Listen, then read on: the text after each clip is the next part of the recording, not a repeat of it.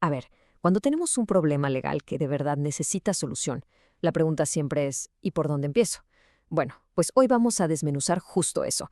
El primer paso, el que es absolutamente crucial en cualquier juicio civil, la interposición de la demanda. Ese es el momento que echa a andar toda la maquinaria. Y es que, ojo, presentar una demanda no es nada más llenar un formato y entregarlo. Para entenderlo bien, vamos a pensarlo como si estuviéramos lanzando un barco al mar.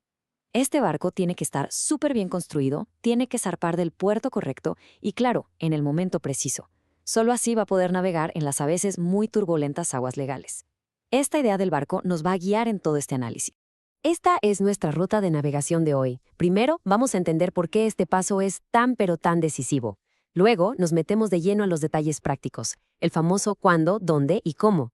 Después, vamos a descubrir el poder que agarra este simple documento una vez presentado, y lo veremos a través de los ojos del juez. También, súper importante, analizaremos los errores que pueden hundir el caso desde el inicio. Y para cerrar, veremos cuál es ese primer veredicto que puede recibir nuestra demanda. Y bueno, arrancamos con la primera sección. El primer paso decisivo. Miren, todo, absolutamente todo, empieza aquí. El artículo 255 del Código de Procedimientos Civiles para el Distrito Federal no podría ser más claro. Toda contienda judicial empieza con la demanda. Así de sencillo, así de contundente. Si no hay demanda, pues simplemente no hay juicio. Entonces, ¿qué es exactamente una demanda? Pues es ese documento formal, por escrito, que convierte un pleito personal en una batalla legal oficial. Es el momento en que una persona, que llamamos la parte actora, le dice a otra, la parte demandada, nos vemos en los tribunales. Y con este solo acto, se activa todo el sistema judicial para exigir lo que se considera justo.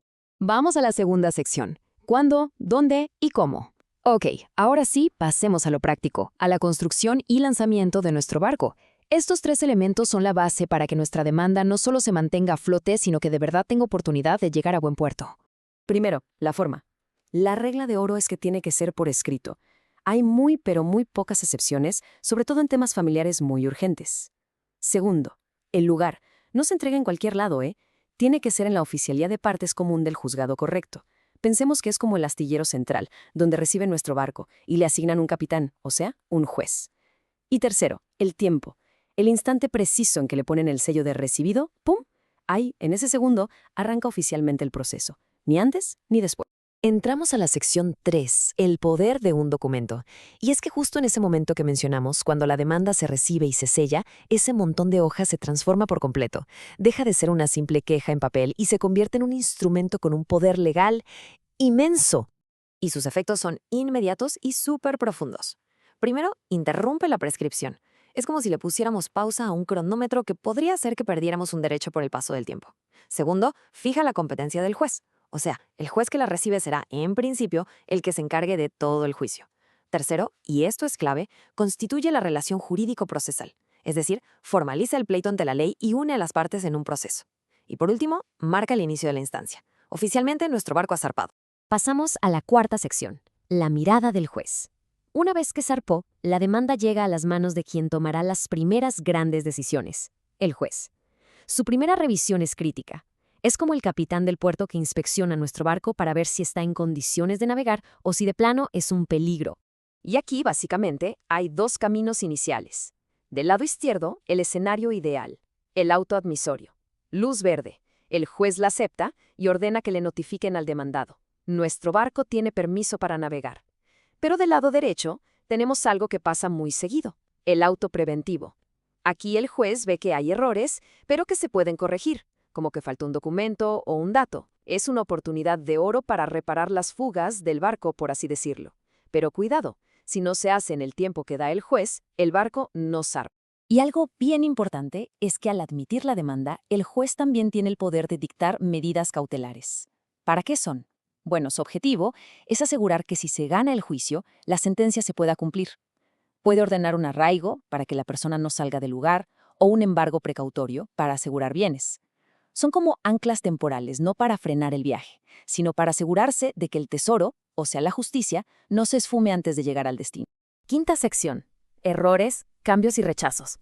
Bueno, aquí es donde la cosa se pone seria. La precisión es vital.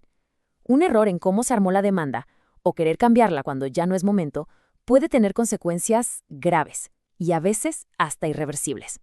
Para entender por qué, tenemos que hablar de un concepto clave, la preclusión. En palabras sencillas, significa que se pierde una oportunidad dentro del juicio. El proceso avanza por etapas, como un tren que va de estación en estación. Una vez que se cierra la puerta de una etapa, ya no hay vuelta atrás. La puerta queda sellada. Por eso es tan complicado modificar una demanda una vez que el proceso ya avanzó. La oportunidad simplemente ya pasó, se extinguió. Hay un jurista italiano, Francesco Carneluti, que lo definió perfecto. Dijo que el litigio es ese conflicto de intereses donde uno reclama algo y el otro se resiste. Y una vez que el demandado contesta la demanda, se fija la litis. ¿Qué es eso? Que el pleito central queda establecido, como si se dibujara el ring de box.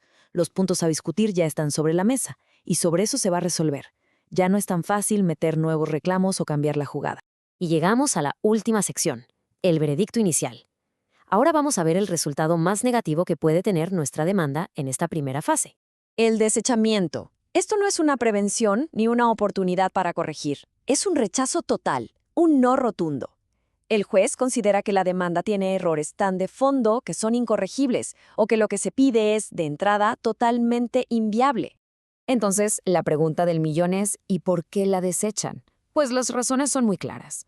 Porque el juez no es el competente para ver el asunto, porque quien demanda no tiene el derecho legal para hacerlo, porque lo que se pide es a todas luces improcedente, o porque no se corrigieron los errores que el juez señaló en el auto preventivo.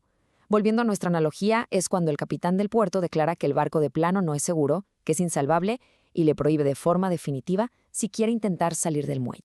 Como hemos visto, la demanda es un acto superpoderoso que define el rumbo de todo el juicio. Es la botadura del barco, con toda su preparación, sus inspecciones y sus riesgos. Pero, y esto es lo más importante, es solo el comienzo del viaje. La verdadera travesía, la aventura, empieza cuando se topa con la respuesta del demandado. Y eso, claro, nos deja con una pregunta flotando en el aire. ¿Qué pasa cuando el otro barco aparece en el horizonte legal y responde al llamado?